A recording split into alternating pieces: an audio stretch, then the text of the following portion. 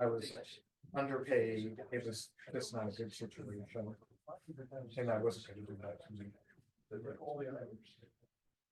You know, because you can't get there from here. You know, I would have had to pay the train to a subway, to a bus, to a taxi, you know, because I'm not going to drive there every day.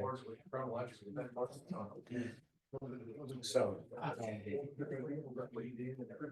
know, working in New York wasn't that bad. It's like when I just get to take the train and walk to work. So is it I'm locked in.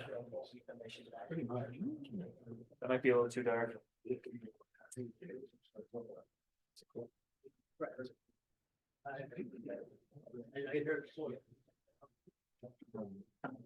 So anyway, That's better. That looks good. I want everyone to be able to see, but I want everyone to go to sleep.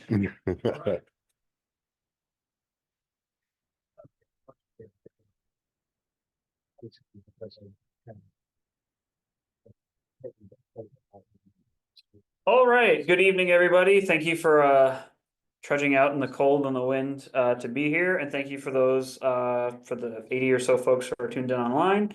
Really appreciate it. It's been a long time in the making. I've been trying to get Marc to come out here for a bit, and finally things aligned for Marc to come here and give this presentation on the Staten Island Rapid Transit line. Marc is the author of that Arcadia book on the Staten Island Rapid Transit, and has been modeling and collecting information, researching the Staten Island for quite a long time. So Staten Island is right next door to New Jersey, so it's right in our wheelhouse, and part of their line extended into New Jersey. So we're really excited to see your presentation. Thank you. So with that, Marc, the floor is yours. Here's the talking stick. Yep. Hello, everyone. Marc Pitanza, as Richie said. I am the author of the Arcadia book, but I've also been giving this presentation in different forms since 2009. So I'm happy to be here and share it with you. I was born on Staten Island, and the Staten Island Rapid Transit has always interested me. It was probably the first railroad that got me into model railroading, got me into railroad history, and it was just a long journey from there. Let's start. This is a system map that shows a pretty complete view of the Baltimore and Ohio Railroad in the Potomac Valley in the 1950s. What I like about this map is it shows that by the 1860s, the Baltimore and Ohio definitely bought into westward expansion, but saw that it fell short on its way to the eastern ports, mainly New York City. So Baltimore and Ohio tracks, mainline tracks, ended in Philadelphia, and then had to use friendly trackage rights on the Reading and the CNJ to get to Jersey City. It found a railhead in New York by buying land in Staten Island and getting controlling interest of a small railroad called the Staten Island Railway around 1885. The line that it shared with the CNJ and the Reading also became its main passenger line for the Royal Blue passenger trains that ran from Washington, D.C. to New York City. This was a highly marketed luxury train that offered comfort, offered fast service, and its rails fell short of New York City. So these passenger trains operated to Jersey City, and then the B&O offered bus service, which ran on CNJ ferries to Manhattan proper. But the freight that was operating through Jersey City and to Staten Island paid for much of this operation. The passenger line was, the Royal Blue train was discontinued in 1958. Here we have a decent overview of New York port railroads as they looked in 1949. The bottom left of the screen is Staten Island. We can see a major yard in Arlington here on the left, and the waterfront terminal at St. George. Here, trains would float to several different terminals all across the city. in New Jersey, the B&O also shared a railhead at Jersey City with the B&O. Some freight went through B&O, but the majority of freight meant for New York City went through Staten Island lines. B&O, also important to note, at 26th Street in Manhattan had an offline terminal in which it shifted cars and received car floats several times a day and had a warehouse in Manhattan. Here we have a very complete map of the Staten Island Rapid Transit as it appeared prior to several line abandonments in the early 1950s. So what's important about this map is we see the important interchanges with the Central Railroad of New Jersey at Cranford, then at Staten Island Junction with the Lehigh Valley, and then at Linden Junction with the Pennsylvania Railroad. So there's a lot of interchange action with this small railroad. There was a bridge built over the Arthur Kill, which separates New Jersey from Staten Island, and there were several branch lines built on the island. The line we see going through the south here is the main line, known as the Perth Amboy Subdivision. It was named such as because it connected with a ferry that operated to Perth Amboy, New Jersey. The North Shore branch, or the North Shore Subdivision, was also a passenger line, but became freight only after 1953. The East Shore Subdivision, which it was basically a tourist line and had its most traffic in the summertime because of the many beaches, also saw freight traffic, but that also was abandoned in 1953. You will see a line coming down, which was the West Shore Sub. That was a freight-only line, and that operated to the Gulfport oil refinery and then to the Travis power plant. The line to Travis was opened in 1957. So in this section, we're going to look at how the B&O and the CERT in New Jersey, their trackage, the trackage in New Jersey and how it got to Staten Island. So Bound Brook was a major interchange point, is when B&O switched off the Reading and went on to the CNJ. Most trains were headed for Jersey City, but certain trains also were going to the CERT yard, or the Staten Island Rapid Transit yard at Cranford, New Jersey. Here we have a B&O freight with the Chesapeake and Ohio B unit sometime in the early 70s with a full train of stock cars. These stock cars were going to, slaughterhouse that was actually on the Baltimore and New York subdivision of the Staten Island Rapid Transit. And interestingly enough, once they were unloaded, these cars were cleaned out on Staten Island at Arlington Yard. Here's an interesting map of Cranford Junction in the early 1950s. This appeared in Railroad Model Craftsman also in the early 50s. We could see the CNJ main line, the CNJ engine service facilities on there, and then these small yards or holding yards for Staten Island bound traffic. And here we see the Lehigh Valley main line and the Staten Island Junction and its interchange tracks. Here's a classic K1 caboose, the oldest type of caboose, class of caboose on the B&O. Most were off B&O main lines by the 1930s, but they saw service on Staten Island through the 1950s. Here it is at Cranford, New Jersey, tacked onto a freight train in the late 40s. Here we have the B&O variation on the Staten Island Rapid Transit scheme. It's it was B&O's diesel scheme, but the Baltimore and Ohio was replaced with the word Staten Island. And by the mid-1960s, there was also a very interesting SIRT Capitol Dome herald applied to the front of these engines. This is a mid-1960s image.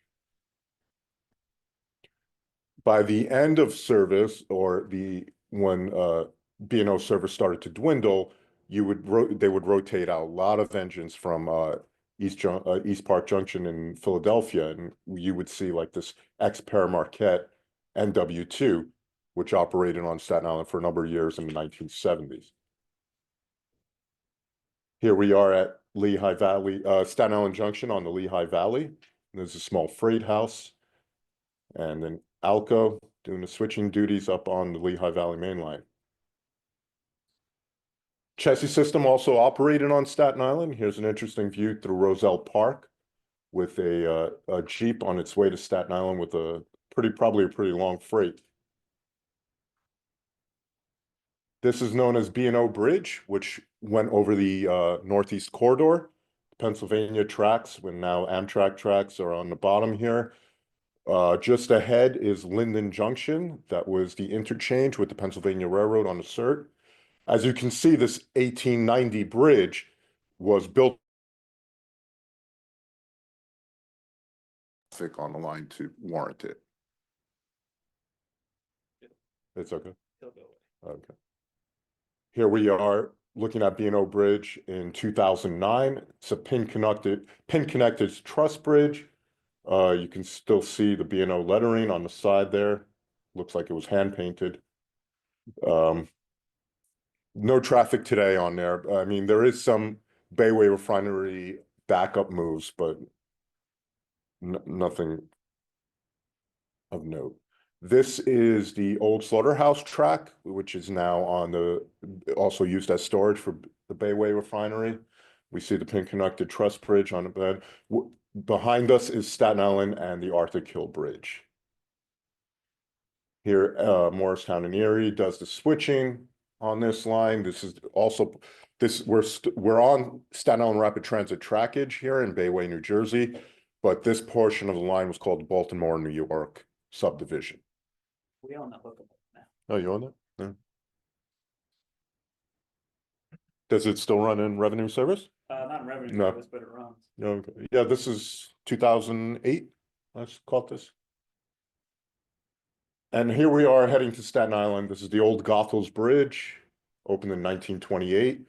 But what interests us in this photo is to the right, and in the actual Arthur Kill itself, we see the old 1890 swing bridge that was built by the B&O. That swing bridge went through several hits starting in 1947 and finally was so badly damaged by 1957 that it had to be replaced. And also interesting in this photo, we see another truss bridge going over, I guess this is Bayway Street, if I remember correctly. And that line leads to Cranford, New Jersey. And we see the CNJ Chemical Coastline traveling underneath it. Here's a closer look, although grainy, of the original swing bridge from 1890. Here's a mid-1950s view before the bridge was taken out of service in 1957. A lot of tanker traffic going to refineries on the shore of New Jersey are the culprit that basically knocked the bridge off its center. It was no longer able to close and line up. So the old swing bridge was replaced by a vertical lift bridge. And what's notable about the vertical lift bridge, it is at 558 feet, the longest such bridge in the world. Still stands today and still operates today. This view is late 1958, early 1959. It shows the actual span being floated into place and will be aligned with the towers, which you can still see from the turnpike today. Here's just a drawing of the bridge, giving a description of what everything is. Here we have a Carl Perelman photo from 1985. This is one of the last B&O operated trains to come over before the line was sold to Delaware Otsego and will be operated by New York Susquehanna and Western from 1985 to 1991. Unit 5091, which was an SW9, also went to the New York Susquehanna and Western, became their number 120. Here's the bridge in service in 2009. This photo's by me. CSX heavy 6-out axle power and long container trains and also trash trains traverse it up to 5 times a day now. So on Staten Island, the biggest industry was Procter & Gamble. Procter & Gamble opened in 1905. It had lots of track. It was a self-contained industry. It had its own railroad, its own switcher engine, and freight cars were fed to it by the B&O through its Arlington yard. It received tank cars, it received box cars, shipped out in tank cars, shipped out in box cars. 55% of Ivory soap was made on Staten Island when this plant was operation. So it was also discovered, if you can remember, that Ivory soap floats, that was discovered in a lab on the Procter & Gamble plant in Staten Island.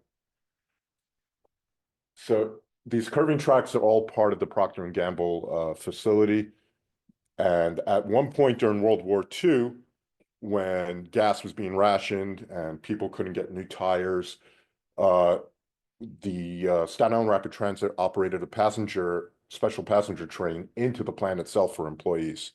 And it matched up with shift changes. So here we have an aerial view. What's most interesting about this aerial view is if you look to the top of the screen, you could see that Procter & Gamble had its own car float. Now, this becomes very important because when the bridge, the Arthur Kill Bridge, which we just saw, goes out of service in 1957, Procter & Gamble could still receive freight cars through this. This was not only served by the B&O. It's been noted that New Haven tugboats and car floats were brought here, as well as Pennsylvania. And you could see the tank car receiving yard, bottom left. This the set of buildings at the right were the Betty Crocker plant, where cake mixes were milled. Crisco was made as well. And here it is. I was on site in 2009. The tracks were still in place. This is all gone now. This is part of the New York Container Terminal, but I got to get a few shots before the final buildings were raised. Also at Howland Hook, which is the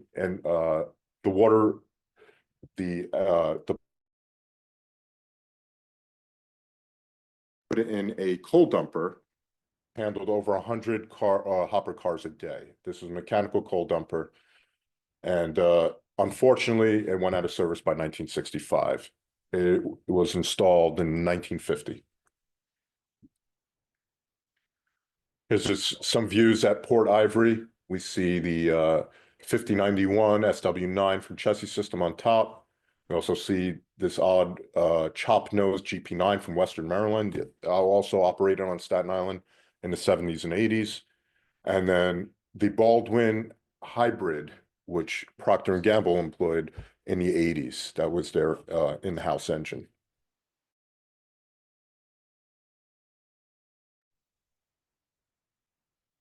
Here we have an Alco S2 lettered for Procter & Gamble. This is late 70s, working the tank car yard. This grade crossing is on Western Avenue. The grade crossing still exists and is very active today.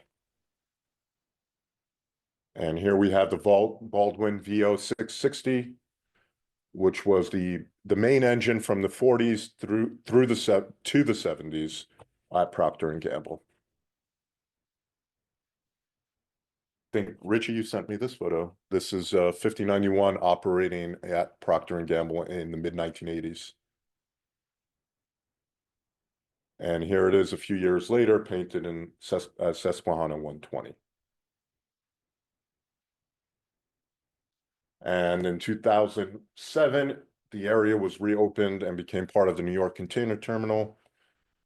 This operation takes several 100,000 trucks off the road and helps traffic congestion in Staten Island, New York City. It's a good time to look at the Alco diesel power that the CERT employed.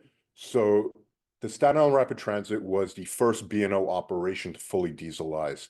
This started to happen in 1943. They took, they purchased a 65-ton center cab, EMD locomotive, or GE locomotive, excuse me, but the bread and butter of their roster were 8 diesel engines. The diesel engines were originally numbered in the 400 series, as seen at Arlington Yard here. This is 489. Key spotting features on Staten Island S2s were the horizontal shutters, which were more common on earlier Alcos. Here we have 9026 showing striping variations. This one happens to have no stripes. This is a 19th house.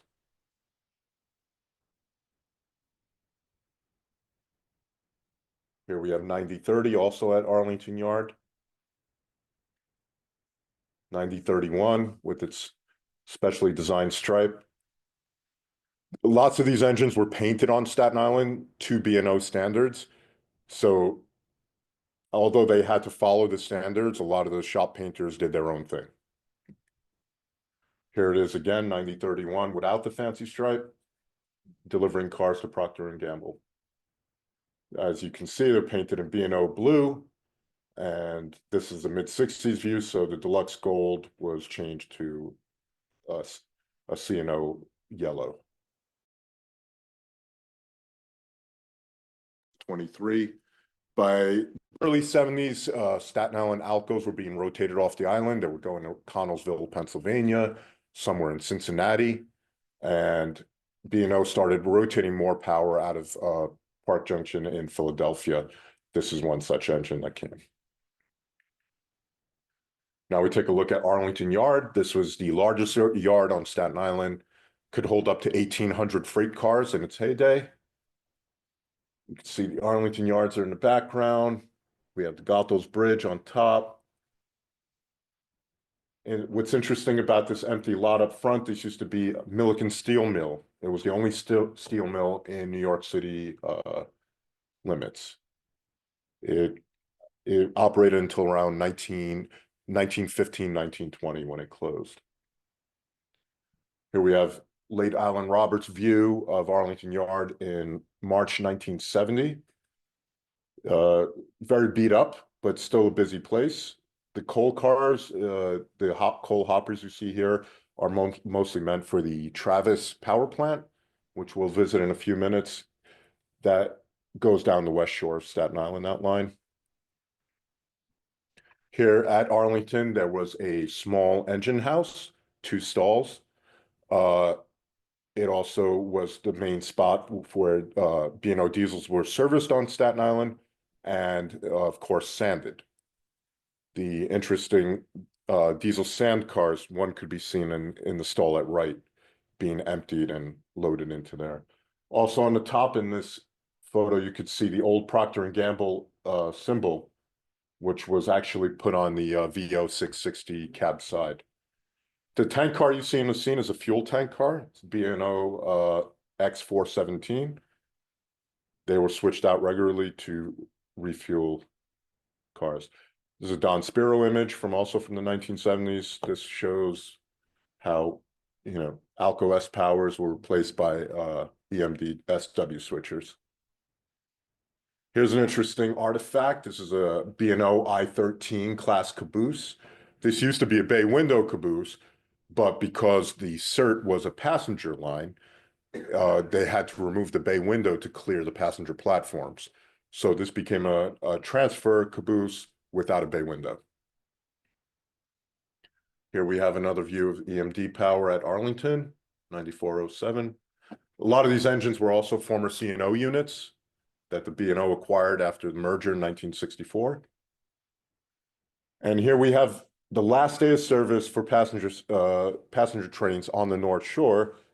This photo was snapped at the Arlington station. If you look past the bridge in the background is Arlington Freight Yard, and this was the last stop on the line. You can see third rail power. The car you see here is similar to the New York Subway BMT Standard, but these were built by Standard Steel Car Company of Hammond, Indiana, delivered in 1925. They were meant to work on the BMT, but the tunnel to connect to the BMT in Brooklyn was never built. So these are a unique design to Staten Island. And here we are in 2009. Arlington Yard is once again a busy place. Lots of container traffic. There's also trash trains that are handled here.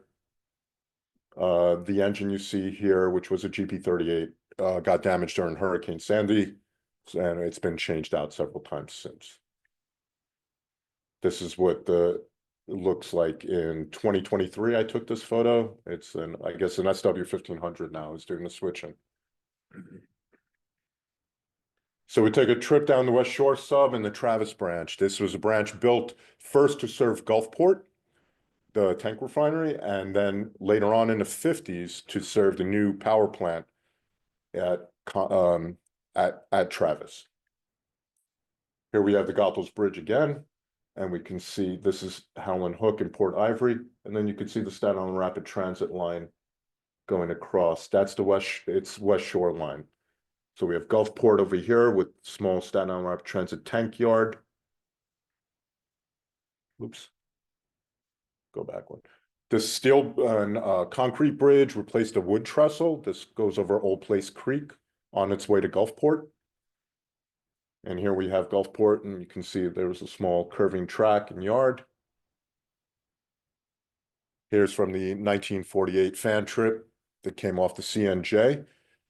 This is a very rare view of a Staten Island Rapid Transit train inside Gulfport itself. Here we are at the West Shore Expressway, and this small yard you see here is the Travis coal hopper receiving yard, and here's the Con Edison power plant. This is a 1970s view, still a very busy place. Many coal loads coming in C&O hoppers. They also had their own switcher, which I think is still on the arcade in Attica today. This was employed by Con Ed to switch hopper cars that were delivered by B&O trains. Back in 1988, there were 3 old Staten Island Rapid Transit MU cars stored in a yard here, as well as Whitcomb Diesel number 9. Whitcomb Diesel was a very interesting, had served in Italy with the U.S. Transportation Corps, but in the 1970s, the City Transit Authority transferred it to Staten Island. 2 of the cars you see behind the locomotive found their way to the Trolley Museum in Kingston, as well as number 9. 353, which is at the end, could not be moved and was scrapped on site, unfortunately. Here's what it looked like in 2003. The floor was so rotted, it couldn't be lifted onto a truck bed. And Travis Yard today is used to transport these trash trains off of the island and into New Jersey. Here's a small yard that was built in 2007 to the trash transfer facility at Travis. Okay, we return now to North Shore of Staten Island and the Bethlehem Steel propeller plant. So here we are at the Arlington Station platform still, and you can see to the left is the Bethlehem Steel propeller plant. This was a big operation, especially during World War II. Ship propellers were constructed here, as well as parts for ship hulls. You can see a gondola car in the freight siding there. A lot of sheet metal was delivered, as you can see in the storage bins here to the left. This stayed in operation until about 1970. Here you see as when the line was de-electrified and chassis system cut out one of the tracks. The track at right was the main line to St. George, and the track at left served Bethlehem Steel. Here are the Bethlehem Steel buildings. And here is laying out a pattern on the floor of one of the buildings we see at Bethlehem Steel. It's probably the inside of this building. Here's the propellers that were being constructed. 2009, the track was still on site, serving on many buildings, but not in use. And here we have the Sanborn map showing basically the siding going in and we're going to Harbor Road Station next. Bethlehem Steel also had a shipyard that was on the Kill Van Kull on Staten Island, even though there was separate railroad cars that operated here. This was not part of the Staten Island Rapid Transit operation. You can see some of the tracks in place.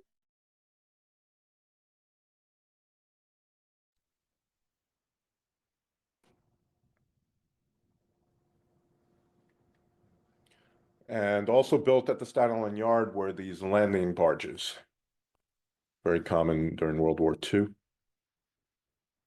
This is Harbor Road Station as it looked in 1980. The track you see in the foreground here is actually still in operation by Chessie at this point.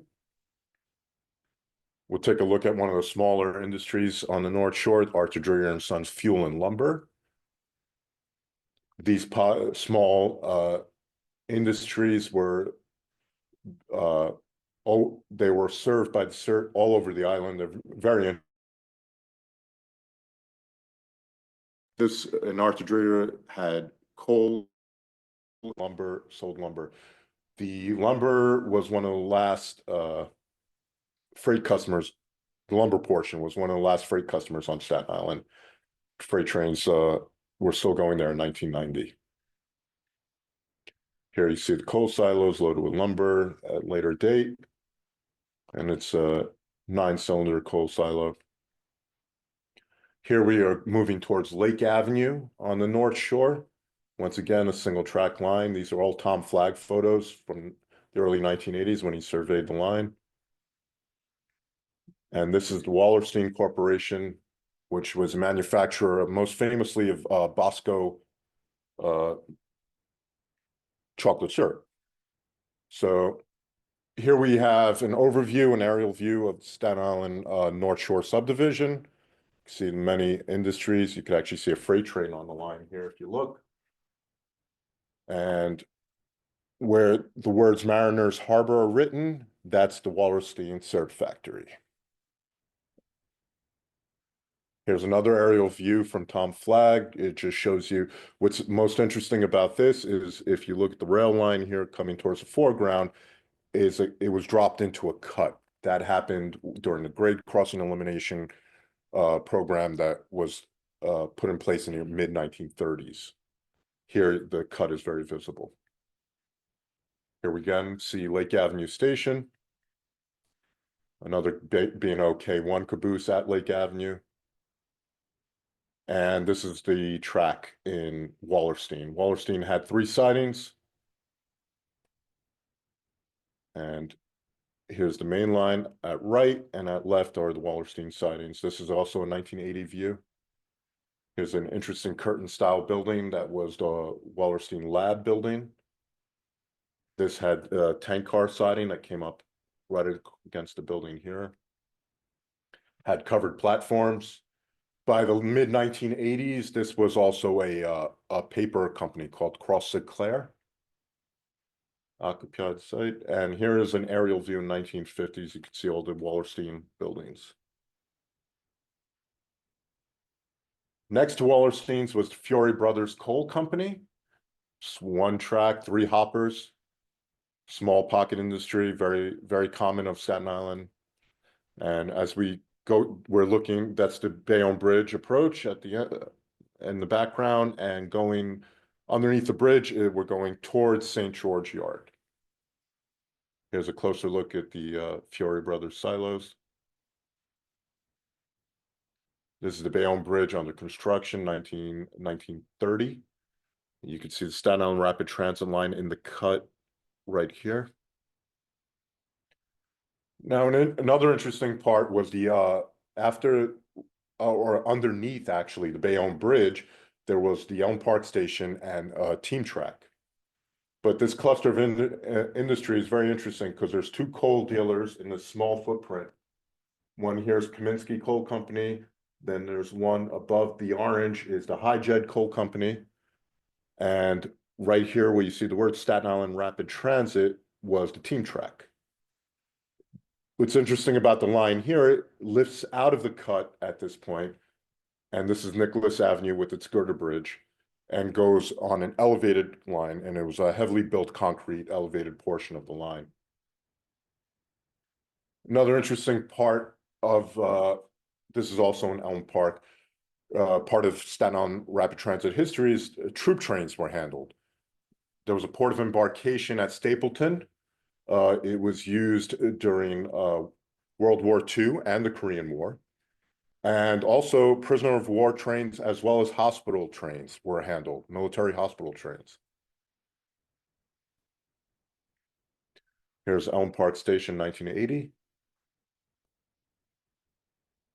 And here is a Sanborn map showing basically the Team Track, the Hijet Coal Company, and Kaminsky Coal up there. Here's a closer view of the Kaminsky Coal dealership trestle, the Nicholas Avenue girder bridge, and the Team Track driveway where the words Staten Island Rapid Transit are. Here's the Nicholas Avenue bridge as it looked in 2009. Very robustly built, still standing today. One of the interesting industries that lost rail service when the line was elevated was this Standard Varnish Company of Elm Park. As you can see in this etching or sketch, Staten Island Rapid Transit trains actually went into the facility. If you traveled the Richmond Terrace today, you could still see these interesting smokestacks. The industry is still there.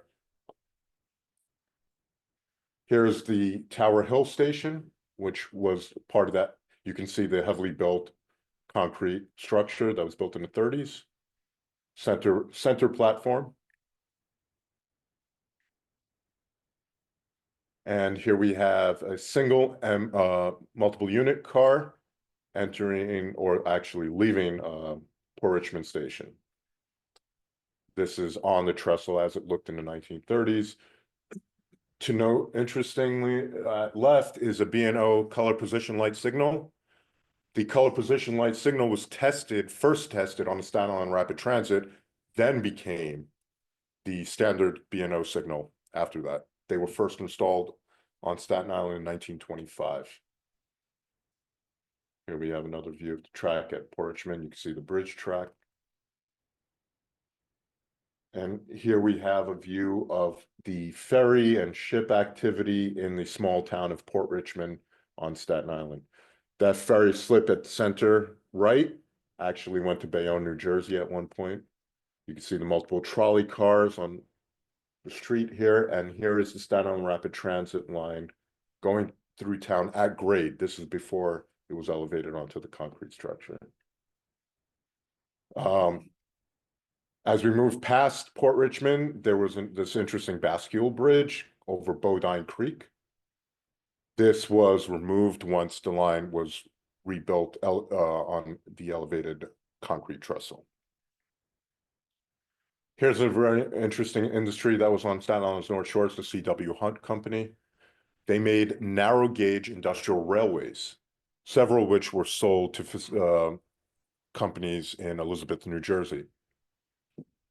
This structure still stands today with its interesting ziggurat roof line. And here's an example of what was built in that facility. As we move along the North Shore, there were many team tracks, yards. This one's notable at West Brighton. As you can see, it has coal dump trestles, storage silos, and a team track here with the concrete platform, roadway to Richmond Terrace, and it's loaded with freight cars. Here's more of Staten Island's North Shore. And you can see the track at right, how close it ran to the many dry docks, the shipbuilders. This was a vital freight line for them. Another small fuel dealer near New Brighton was Quinlan Fuel Service. They still exist today, of course, not rail served, but those silos received hopper cars and they're still there. Here's we go by the Cadell dry docks, which, built. And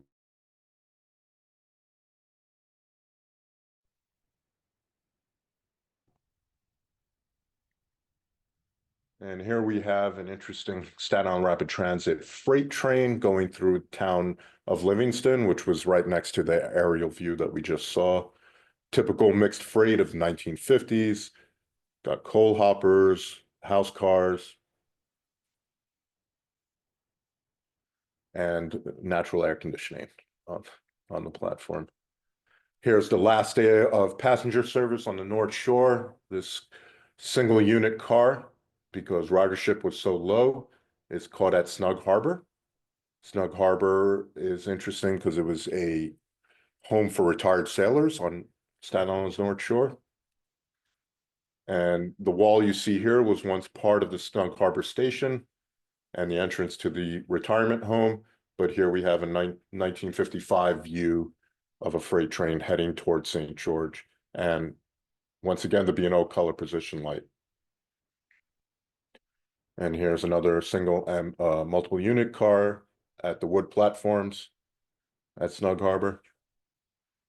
Now, another big industry after Procter & Gamble was U.S. Gypsum. What's notable about U.S. Gypsum, it was served also by barge by water and Staten Island Rapid Transit by rail. At one point, I heard that most of the gypsum used in the Northeast United States came from this plant. Gypsum board used for home building. Here we have a multiple unit passenger train passing coal hoppers in the facility. This is one of two tunnels on the whole Staten Island Rapid Transit. This one was an industrial tunnel. We'll look at the other tunnel later. And you could see the sprawling complex with its multiple silos, many buildings. And here at the bottom, you can see where the Staten Island Rapid Transit tracks went through all this facility. Here's another piece of concrete structure in which the trains went under. Here we have a very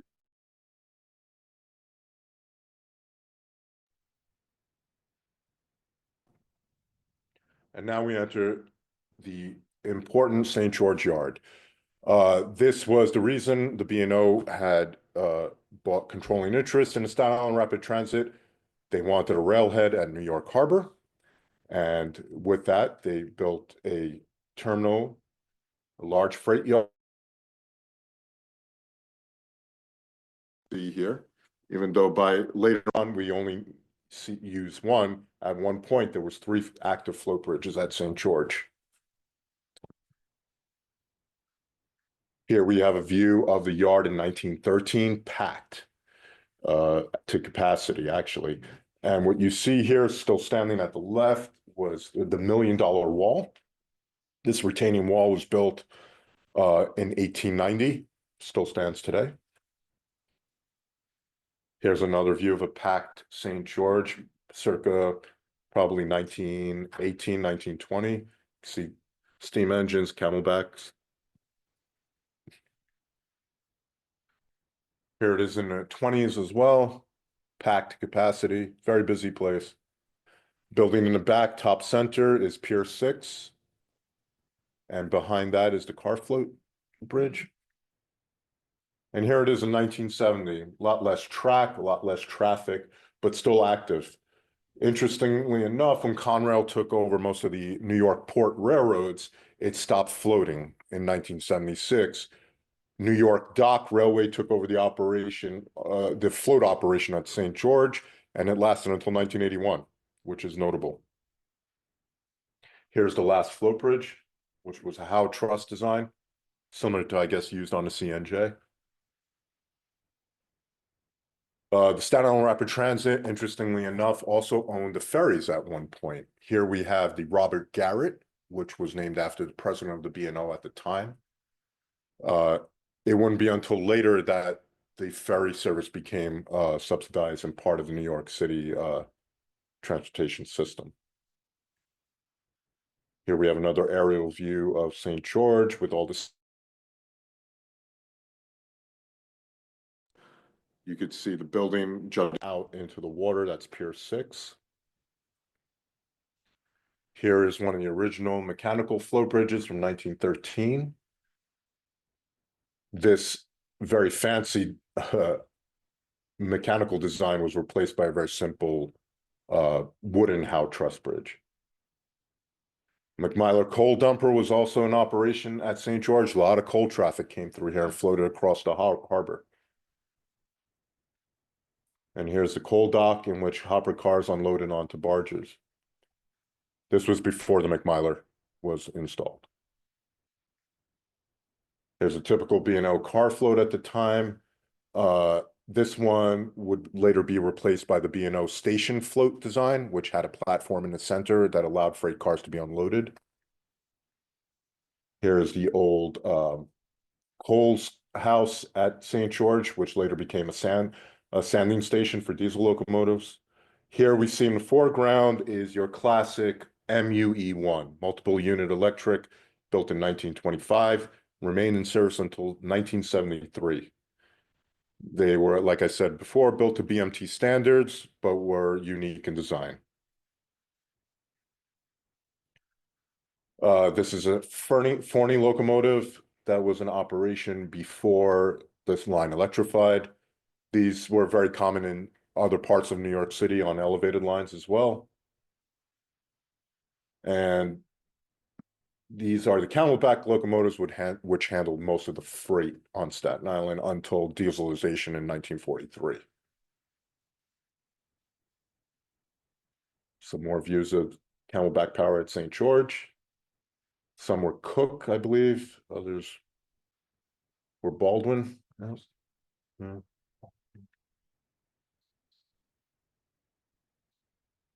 And here we have a North Shore freight with third rail power, but the third rail was for the passenger trains. So freight trains until it fully dieselized were still being handled by anthracite burning Camelbacks.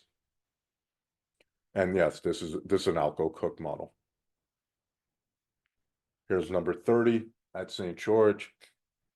Beautiful engine. And also in almost the same location at St. George, 9027. This is one of the most photographed CERT Alco S2s. This is class of 1943 as well.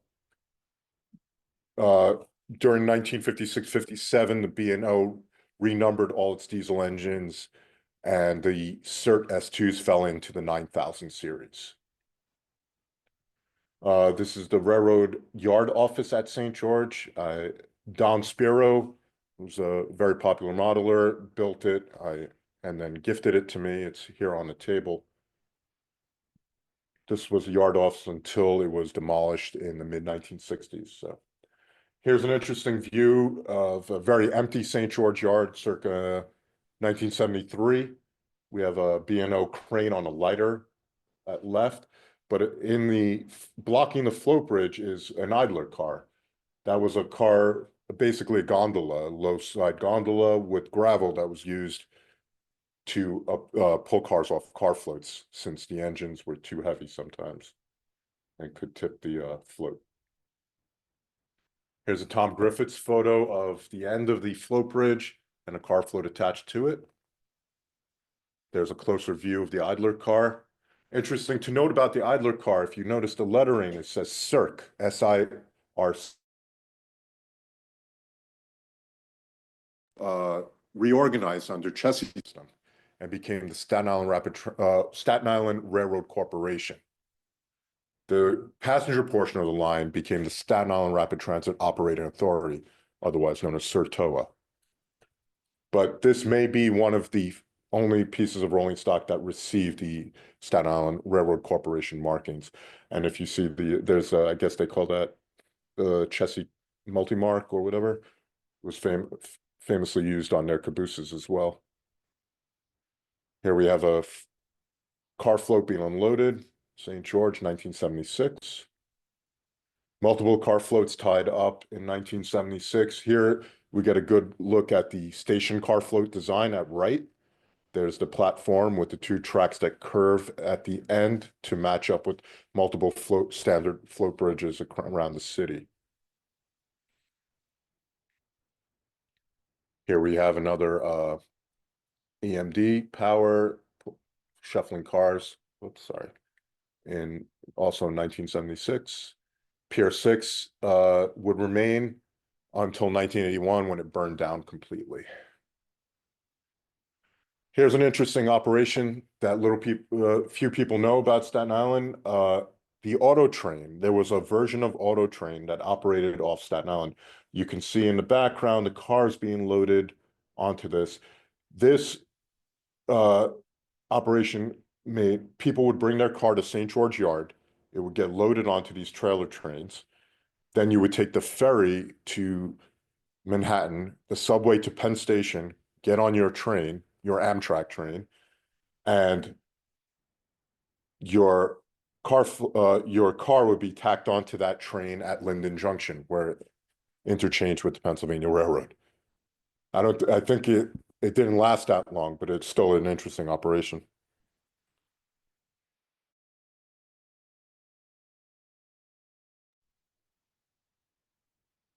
And here we have Pier 6, right before it burned down.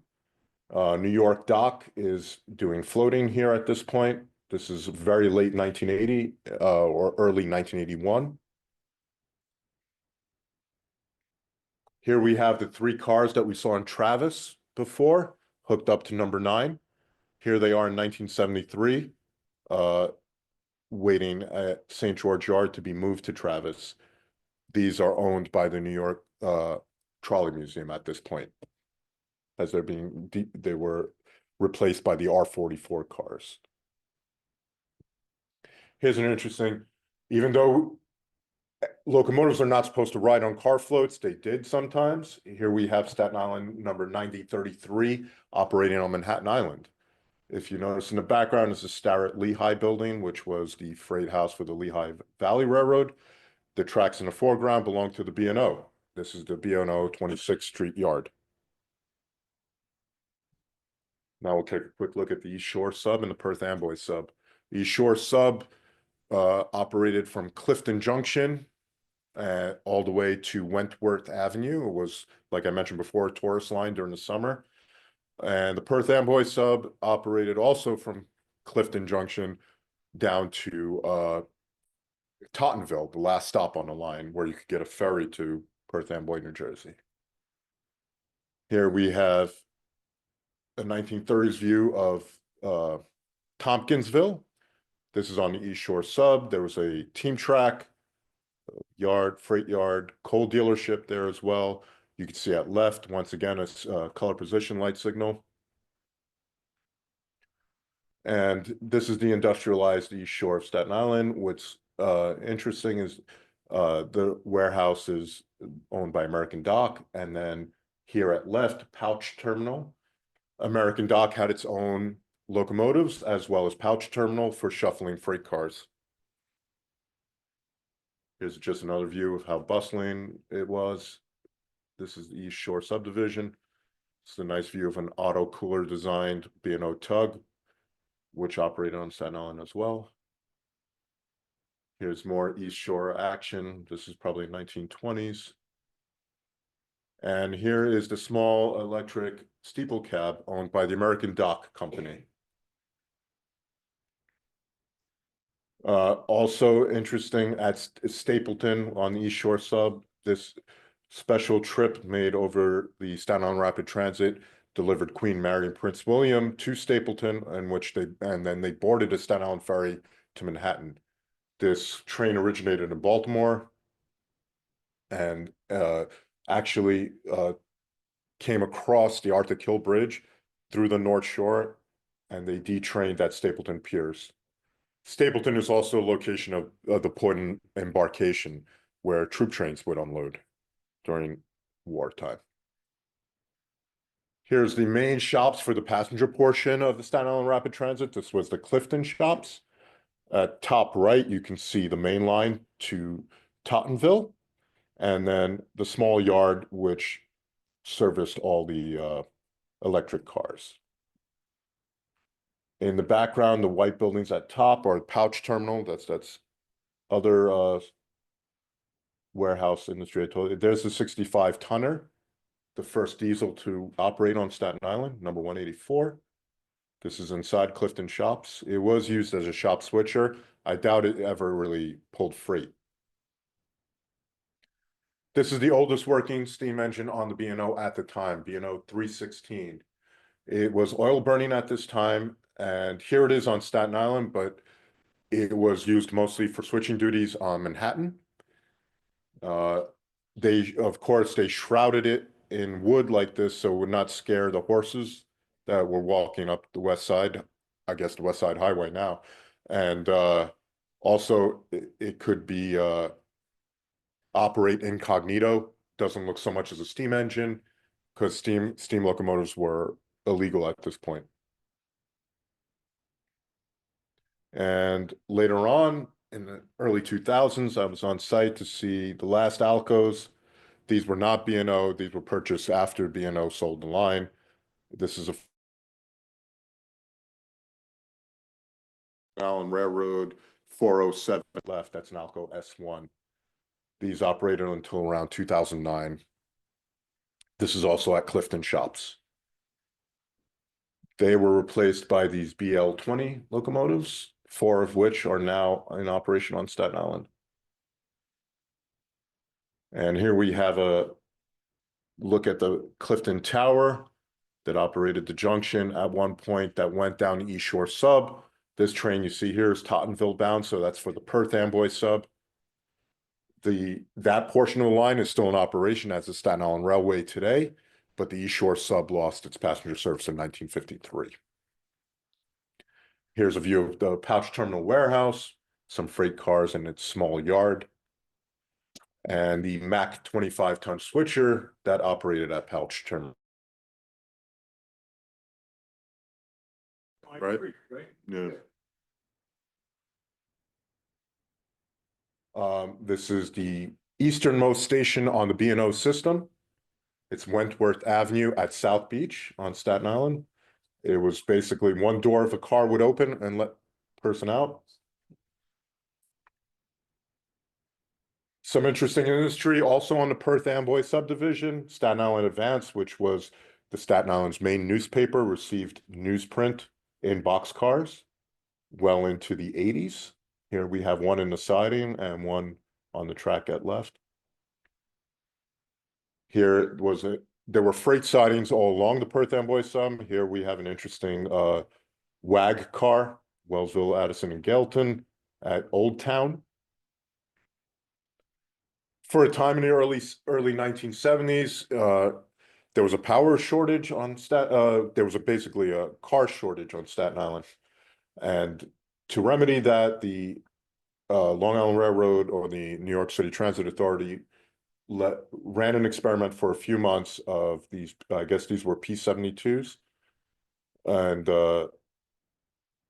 they were well received because they were air conditioned and spacious, but they only had doors at the vestibules and they took too long to unload and load.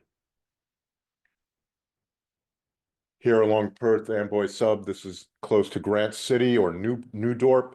We have a grade crossing elimination process. What's interesting about the grade crossing elimination on the Perth Amboy sub, most of the line on the Perth Amboy sub was at grade through the 1960s. So even though the directive went out in the mid-30s to remove all the grade crossings, because of World War II and financial troubles, they didn't get to it. So they didn't get to it until the mid-1960s. So what you see here is basically the 1930s standards. They designed all the stations to 1930 standards, but using 1960s engineering. And the track was dropped down into a cut, as we could see at left. There's another view of Grant City. These stations here, you see here, were designed in the 30s, but not built until the 60s.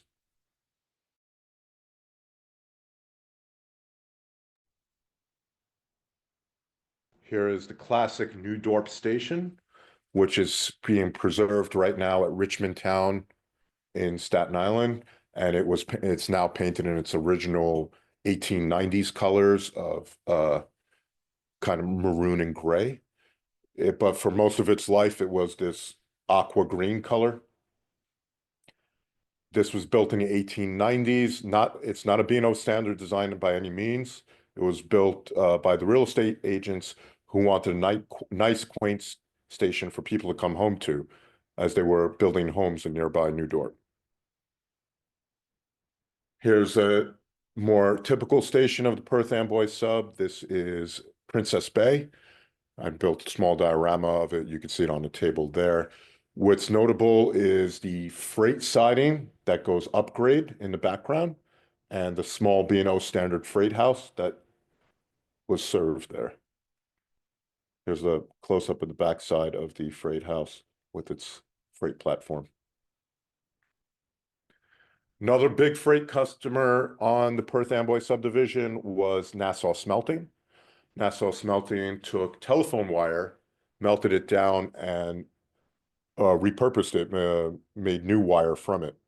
There was a scrapyard behind this facility also, which any metal that was not used was dumped there and also shipped out by the B&O.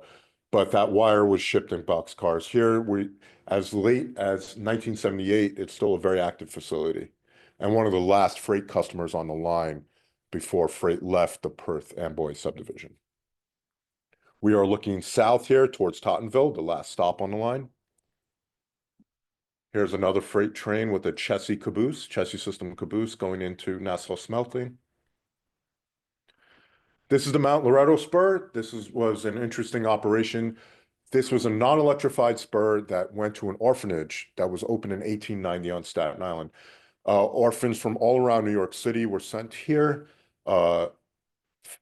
People who came to visit the children could take a special passenger train that operated every third Sunday of every month.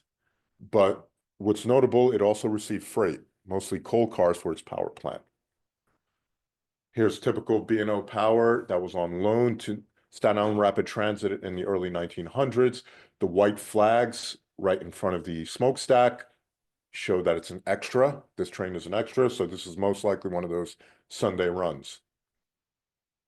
Here's the track layout of Mount Loretto. So the track left the Pleasant Plains station, and you could see there was a Y, there was a passenger platform, there was a coal dump trestle. Quite an interesting operation. Coal trestle, parts of it still stands today. This is how it looked in the 70s. I visited in 2004, still there. And here we are at the end of the passenger line. This is notable because in 1964, following a 1930s directive, all B&O passenger cars had to be painted in the blue and yellow B&O scheme. Staten Island didn't get around to it until the mid-60s. So CERT multiple unit cars were actually painted blue and yellow at this period. And this platform you see at left here would lead you to the ferry house that would take you to the ferry that took you to Perth Amboy. And here's another interesting view, CERT 9032, way off Staten Island. This is Cincinnati, operating outside Cincinnati. You can also see the SIRT Capitol Dome Herald variation on this one. And we'll quickly look at CERT modeling. Over the last 20 years, the CERT has been very interesting modeling inspiration for a lot of modelers out there. I am one. I've modeled it in N scale. Here's my St. George for my switching layout. This is Arthur Dreer on my other N scale switching layout. B&O tug I made from a Sylvan tug. I also modeled it in HO.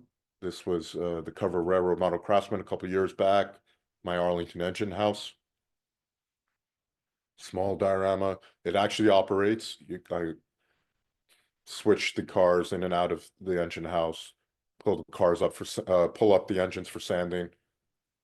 Relaxing operation for one person, of course. Here's a close-up view of Alcos at the engine house. GP9. I also modeled a switching layout for pouch terminal, which we just visited the prototype for. I used the truncated Walters warehouse. That. And here's a diorama on the table here tonight. This is Princess Bay. This is the Mount Loretto coal dump trestle. These are all dioramas, non-operating. This is Don Spiro's former layout with the St. George Yard office, which is also on the table here. This is Tom Griffith's award-winning Howe Truss float bridge, which he scratch built. Won first place at the 2009 NMRA convention in Hartford, Connecticut. And also attached to the float bridge, you can see a very interesting early B&O car float design when the platform wasn't covered in the center. This is Ciro Campagno's Staten Island Rapid Transit layout, which he's currently working on at his home in Staten Island. He redesigned the track plan and is hand laying all of the track. And there he is, doing the crazy work of hand laying all that track. Can't wait to see this in operation though. This is George LaRue's Wentworth Avenue diorama module. And George LaRue, St. George diorama. Nice use of the backdrop on that one. This is Anthony Montalbano's 3-rail layout on Staten Island. Lots of Staten Island power. Most of these, I think, are produced by MTH. And here's his variation on R44. There's the 407, Alco S1. And 821. All I think this was produced by Lionel. What's interesting is the Sir Toa coal hoppers are prototypical, actually, as well as the Sir Toa caboose. Here is Steve Fetterplace's Staten Island Rapid Transit platforms and the elevated trestle structure, all built out of basswood.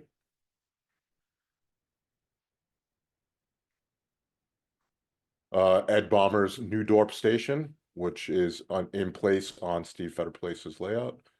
This was also an award-winning model, scratch built from styrene. Ed Baumer's Staten Island Rapid Transit MUE1, number 355. This is the resin kit produced by Island Model Works. This is O-scale. Another view of it. This is Ed's, I think this is All Nation Brass Camelback. He retrofitted a Reading model to make it more appropriate for Staten Island. Beautiful model. This is all O-scale as well. An old Staten Island pre-electrified coach modeled with an MTH Long Island Railroad prototype car. K1 caboose modeled in O-scale. And Ed's brass Alco S2 with the correct horizontal shutters. And that's it. Thank you for your time tonight, guys.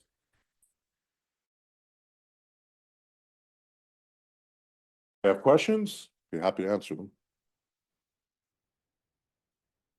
Yes.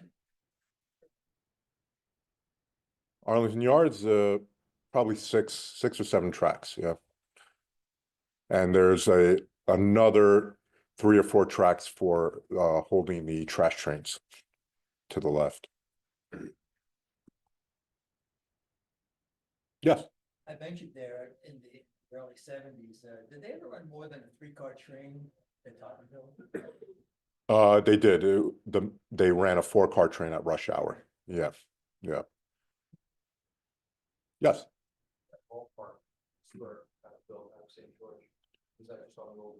That was the old North Shore alignment. Yep. The freight line. Yep. That's no longer in use now either. No. Abandoned twice, yeah. Did any of the diesels there ever have MU?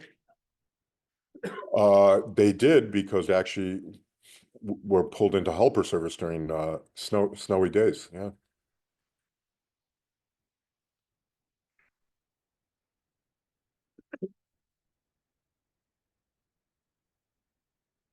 That's it. Good. There was one question Yep. from Mr. Bars from online. Sure. How many Alco S switchers were ever lettered for the Staten Island? 8 total. But a lot of great comments coming in. No, thank you. Thank you. Thank you for having me, guys. I appreciate it. Please take some time, look at the models. Thank you, Mark. Really Yep. appreciate it Yeah. for coming in. Yeah, absolutely.